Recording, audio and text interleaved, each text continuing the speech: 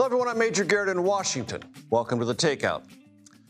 Lindsey Graham grew up in a tavern and pool hall. Then the family upgraded to a mobile home.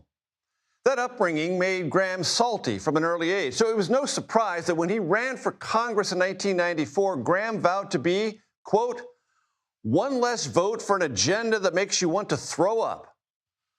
That agenda, for those keeping track at home, was President Bill Clinton's, deemed radical and borderline socialist by Republicans back then. Of course, Clintonism now is viewed as more centrist and palatable in the Republican rear view. Such are the adaptive, elastic ways of politics.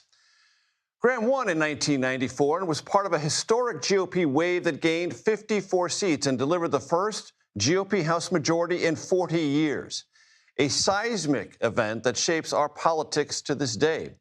Now, Graham did not stand out at first within that very large freshman class of Republicans, but he emerged as kind of a folksy, important voice as an impeachment manager in the case against Clinton, the first president impeached since Andrew Johnson in 1868. The charges?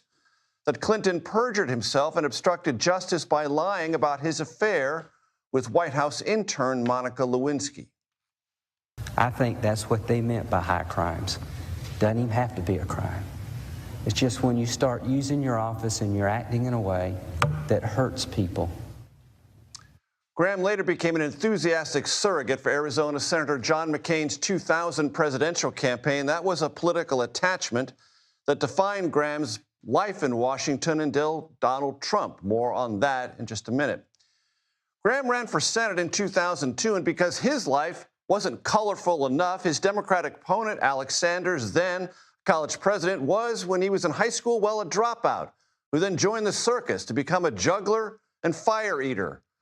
Graham won that race.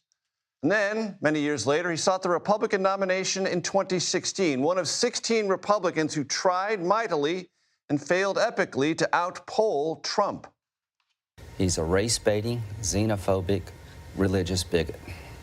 He doesn't represent my party. He doesn't represent the values that the men and women who wear the uniform are fighting for. During Trump's first term, Graham did an about-face. That's more adaptive, elastic politics. He played golf with Trump frequently and defended him publicly when other Republicans wavered or winced or just stared at the top of their shoes. And probably at no point did Graham do more or say more to rescue a dicey situation for Trump and the Trump White House than when Brett Kavanaugh's Supreme Court confirmation was thrown into doubt by allegations of sexual misconduct in high school. The witness against Kavanaugh, Dr. Christine Blasey Ford. I cannot imagine what you and your family have gone through. Boy, y'all want power. God, I hope you never get it. I hope the American people can see through this sham, that you knew about it and you held it. You had no intention of protecting Dr. Ford. None. She's as much of a victim as you are.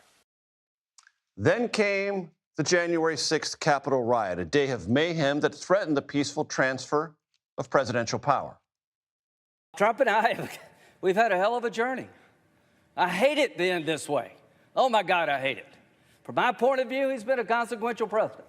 But today, first thing you'll see.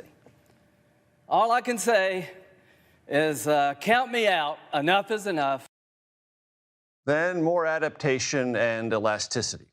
Graham came back into the Trump fold months later, and there he would remain. This is the most important election, literally in decades, maybe ever. If you want to change the course we're on, you need to go back to President Trump. Policy does matter.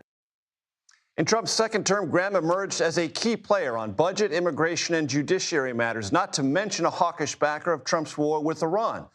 And we learned just moments ago that Graham's younger sister, Darlene, will serve out the remainder of his term in the Senate, which will go until January of next year. Darlene was 13 when Graham became her legal guardian after the death of their parents, caring for her into adulthood and remarking frequently that nothing said more about his life than the success and stability of his sister.